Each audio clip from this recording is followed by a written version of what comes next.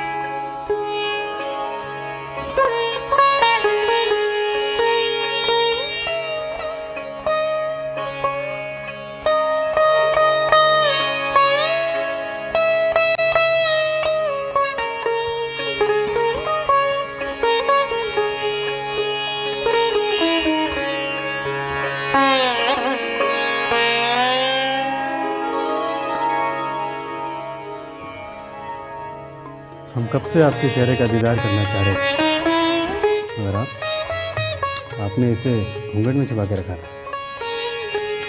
कहीं ऐसा तो नहीं कि हम आपको पसंद ही ना आए हों?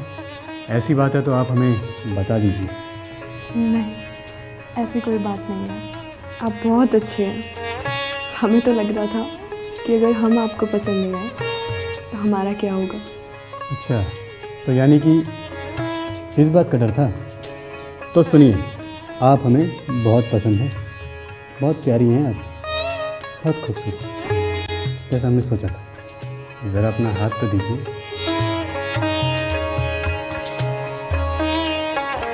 यह है हमारे प्यार की सौगात। कैसी लगी? ये बहुत खूबसूरत है, बहुत। रियली? ये तो सिर्फ एक छोटा सा नजराना है। हम तो आपको इससे भी बड़ा नजराना देना चाहते हैं, जो बहुत खूबसूरत है, बिल्कुल आपके चेहरे की तरह। पेश करें।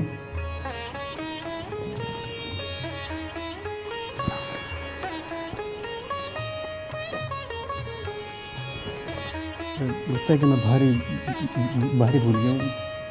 सॉरी, मैं लेके आता हूँ। मैं आता हूँ अभी।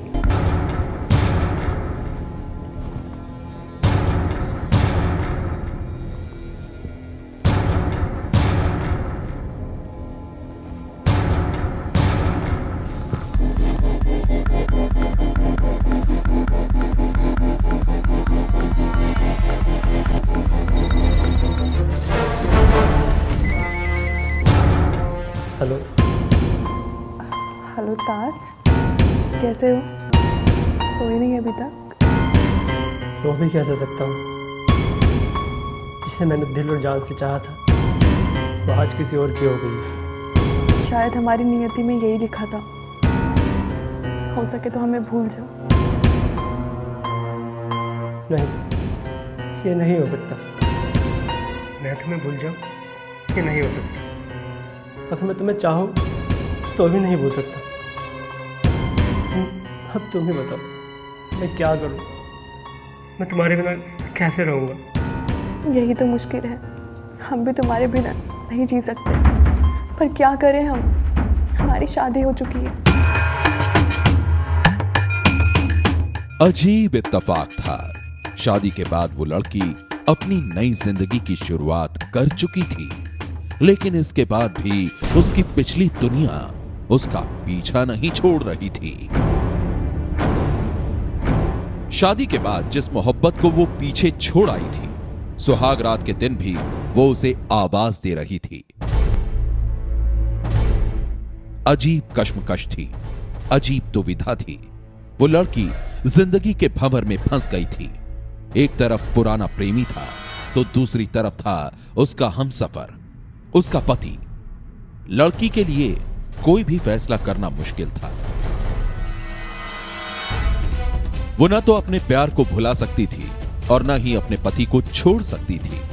बस यहीं से शुरू हुई पति, पत्नी और वो की ऐसी कहानी, जिसमें कदम कदम पर धोखा था, लेकिन अंत इतना खौफनाक कि देखकर आप भी दहल जाएंगे।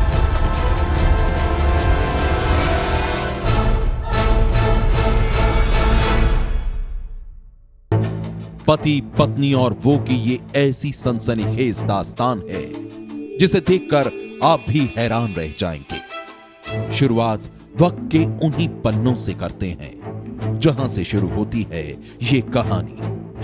दिन याद नहीं, तारीख याद नहीं, याद है तो सिर्फ वो छोटी सी मुलाकात जब मेरठ के परीक्षितगढ़ इलाके में रहने वाला ताज मोहम्मद पहली बार गुलशमा नाम की एक लड़की से मिला था।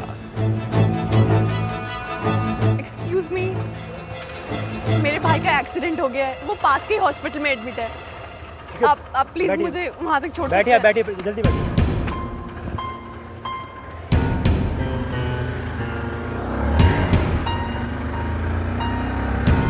जिंदगी में कई बार ऐसा होता है जब दो अजनबी आपस में मिलते हैं और फिर एक छोटी सी मुलाकात भी गहरी पहचान में बदल जाती है। गुलशमा और ताज के साथ भी ऐसा ही कुछ हुआ। ये लीजिए, आ गया आपका हॉस्पिटल। मदद के लिए बहुत बहुत शुक्रिया। अरे तो शुक्रिया की क्या बात है, एक इंसान ही इंसान के काम आता है। ये तो आपका बड़ापन है। वैसे मैं आपका नाम जान सकती हूँ? हाँ, मेरा नाम ताज मोहम्मद, और आपका? मेरा नाम गुलशमा है। अच्छा गुलशमा जी, तो मैं ज़रा जल्दी में हूँ तो माफ़ी चाहूँगा। वैसे आप मेरा नंबर लिख लीजिए। आप नंबर टाइप कर दीजिए। ओके, और अगर कोई हेल्प की ज़रूरत हो तो संकोच मत कीजिएगा, बेझिझक मुझे फ़ोन कर दीजिए। Thank you. ठीक है, bye. Okay bye. Gulshama Taj के इस अपनेपन पर निहाल थी। एक अजनबी ने अनायास ही उसका दिल जीत लिया था। उसने ताज का मोबाइल नंबर ले लिया और फिर ताज वहां से चला गया। गुलशमा देखती रही और देखते ही देखते ताज शहर की भीड़ में कहीं खो गया।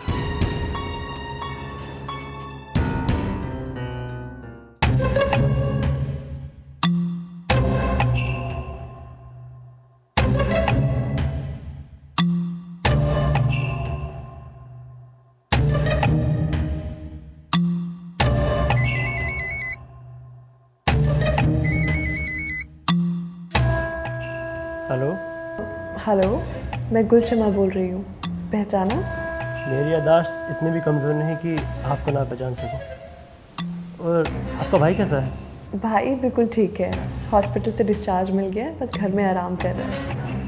अरे ये तो बहुत अच्छी खबर है। इसीलिए मैं आपका मुंह मीठा कराना चाहती हूँ। अरे ये तो उससे भी अच्छी खबर है। तो बताइए कब और कहाँ आ जाओ मिठाई खाने? आप घर पे आ जाइए या फिर हम लोग किसी अच्छे रेस्टोरेंट में मिलते हैं। देखो, घर आना तो पॉसिबल नहीं हो पाएगा, तो ऐसा करते हैं हम बाहर रेस्टोरेंट में मिलते हैं। फोन पर मिठाई खाने का न्योता मिला और कुछ देर बाद ही ताज उस रेस्टोरेंट में पहुंच गया जहां गुलशमा ने उसे बुलाया था। अरे हाय, हेलो। आइए बैठिए ना।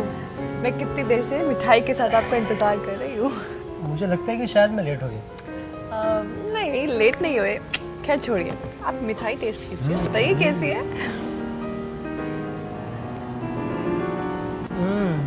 वाकई बहुत टेस्टी। Thank you.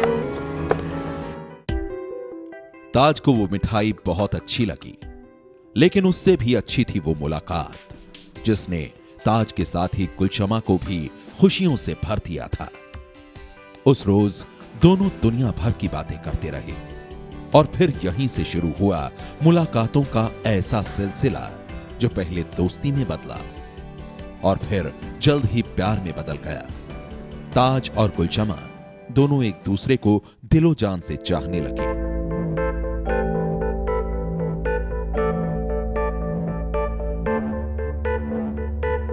जैसे जैसे दिन गुजर रहे थे, ताज और गुलशमा की मोहब्बत भी परवान चढ़ती जा रही थी। दोनों ने साथ जीने और मरने का फैसला कर लिया था।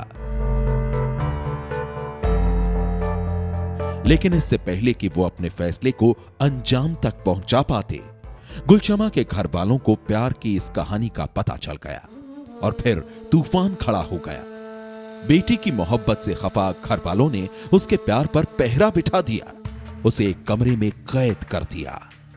घर वालों की इस बेरहमी पर गुलशमा तड़प उठी, फूट फूट कर रो पड़ी, लेकिन किसी का भी दिल नहीं पसीजा।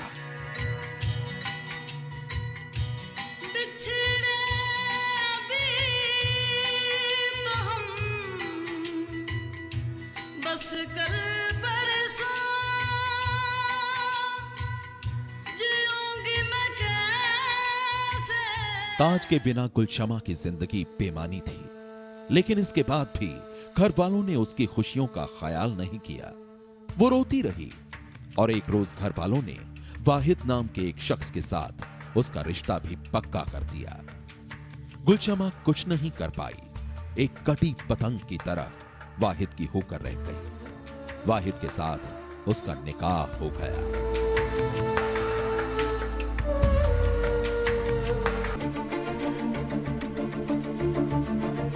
गुलशमा वाहिद की हो चुकी थी, लेकिन इसके बाद भी उसका मन अपने अधूरे प्यार के लिए तड़प रहा था।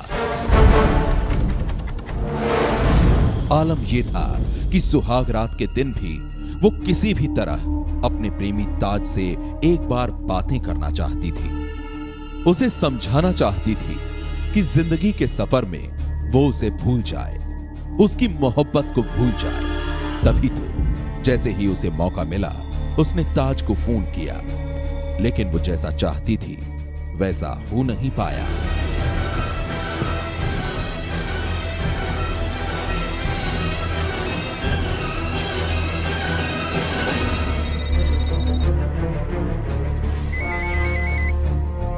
हेलो।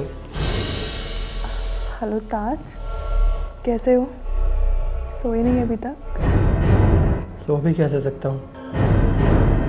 जिसे मैंने दिल और जान से चाहा था वो आज किसी और की हो गई। शायद हमारी नियति में यही लिखा था, हो सके तो हमें भूल जाओ। नहीं, ये नहीं हो सकता। मैं तुम्हें भूल जाऊं, ये नहीं हो सकता। अगर मैं तुम्हें चाहूं तो भी नहीं भूल सकता। अब तुम ही बताओ, मैं क्या करूं? मैं तुम्हारे बिना कैसे रहूंगा? यही तो मुश्किल है, हम भी तुम्हारे बिना नहीं जी सकते, पर क्या करें हम, हमारी शादी हो चुकी है।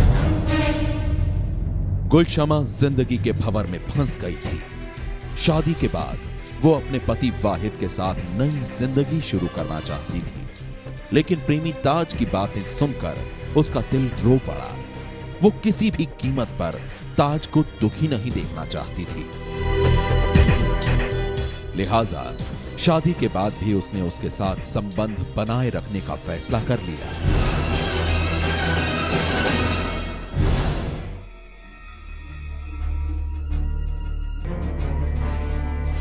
गुलशमा की जिंदगी पति, पत्नी और वो की कहानी में बदल चुकी थी, लेकिन इसके बाद भी किसी को उसके ऊपर शक नहीं हुआ।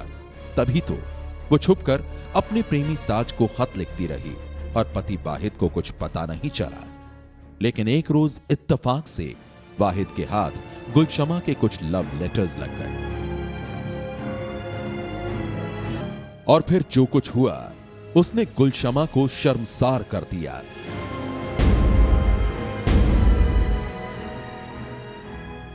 गुलशमा, तो असली चेहरा ये है तुम्हारा। अब समझ में आने लगा है। जानती हो, मैंने कभी ख्वाब में भी नहीं सोचा था कि तुम मुझे इस तरीके से धोखा दोगी। क्या क्या समझो इसको कि लव लेटर तुम्हारे यार के हैं कि नहीं? तुम्हारे यार के। पढ़ना और सोचना कि तुमने एक सच्चे इंसान को किस तरीके से धोखा दिया।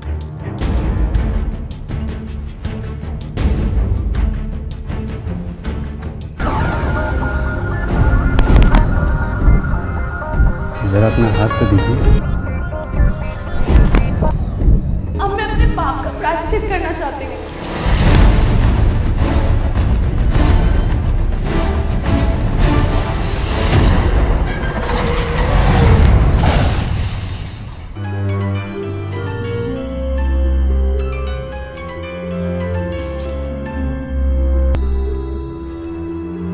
हेलो, देखो ताज, मुझे आइंदा से फ़ोन मत करना।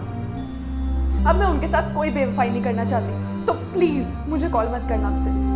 नहीं, ये नहीं हो सकता, क्योंकि मैं तुम्हें भूल जाऊं ये हो नहीं सकता, और तुम मुझे भूल जाओ ये मैं होने नहीं दूंगा। मैं तुम्हें पूरी दुनिया के सामने बदनाम कर दूंगा, समझी?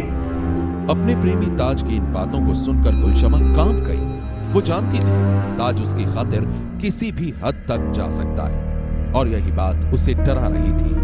गुलशमा बड़ी देर तक सोचती रही और जब उसे जिंदगी के इस भंवर से निकलने का कोई उपाय नहीं सूझा तो उसने अपने पति वाहिद को सारी बात बता दी।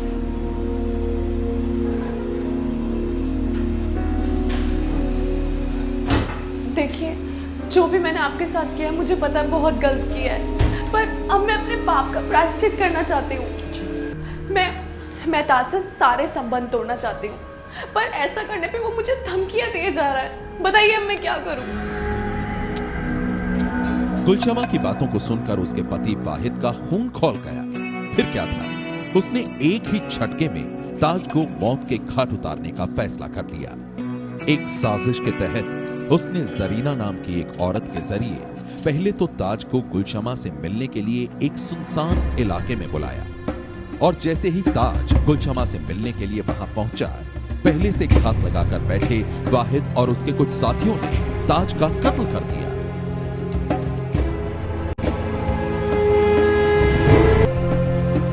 और फिर उसकी लाश को एक नहर में फेंक दिया।